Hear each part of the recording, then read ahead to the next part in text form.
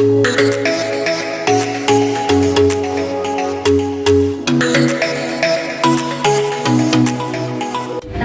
Walker.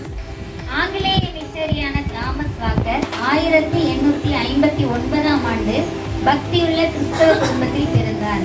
அவர் சிறு வயதிலேயே தெய்வ பயத்துடன் வளர்க்கப்பட்டார். தனது 17வது வயதில் அவர் ஒரு வேதாகம வகுப்பில் கலந்து கொண்டு அங்கு சொல்லப்பட்ட கண்மலையின் மேல் கட்டுகிறவன் மணலின் மேல் கட்டுகிறவன் என்ற தலைப்பில் பேசப்பட்ட வார்த்தை அவரை மிகவும் கவர்ந்தது. இவர் தன்னை கர்த்தரிடம் ஒப்புக் கொடுத்தார். ஆனால் அவரது தந்தை வாக்கர் வியாபாரம் செய்ய வேண்டும் என்று விரும்பினார். மிஷனரியாக பணியாற்ற வேண்டும் என்ற வாஞ்சை வாக்கருடைய இருதயத்தை நிரப்பினது.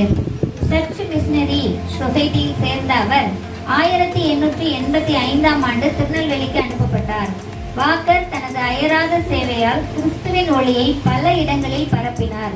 இந்துக்களிடமிருந்து மிகுந்த எதிர்ப்புகள் வந்த போதிலும் கிறிஸ்துவுக்காக பல ஆத்துமாக்களை ஆதாயம் செய்வதில் வெற்றி பெற்றார். இதில் டோனாவூர் ஃபெல்லோஷிப் என்ற அமைப்பை இவர் நிறுவினார். இது பல இடங்களில் இருந்த மக்களுக்கு ஒரு பாதுகாப்பான ஒரு அடைக்கல பட்டணமாக இருந்தது.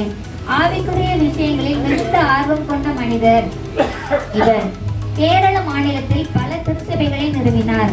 இதன் மூலம் அதிக மக்கள் கிறிஸ்தவத்தில் சேர்க்கப்பட்டனர். பல மிஷனரிகளுக்கு ஊக்கமாக இருந்த வாக்கர் கர்த்தருக்காக மனுஷரை பிடிக்கிறவனாக இந்த உலகத்தில் தனது வேலையை வெற்றிகரமாக முடித்தார்.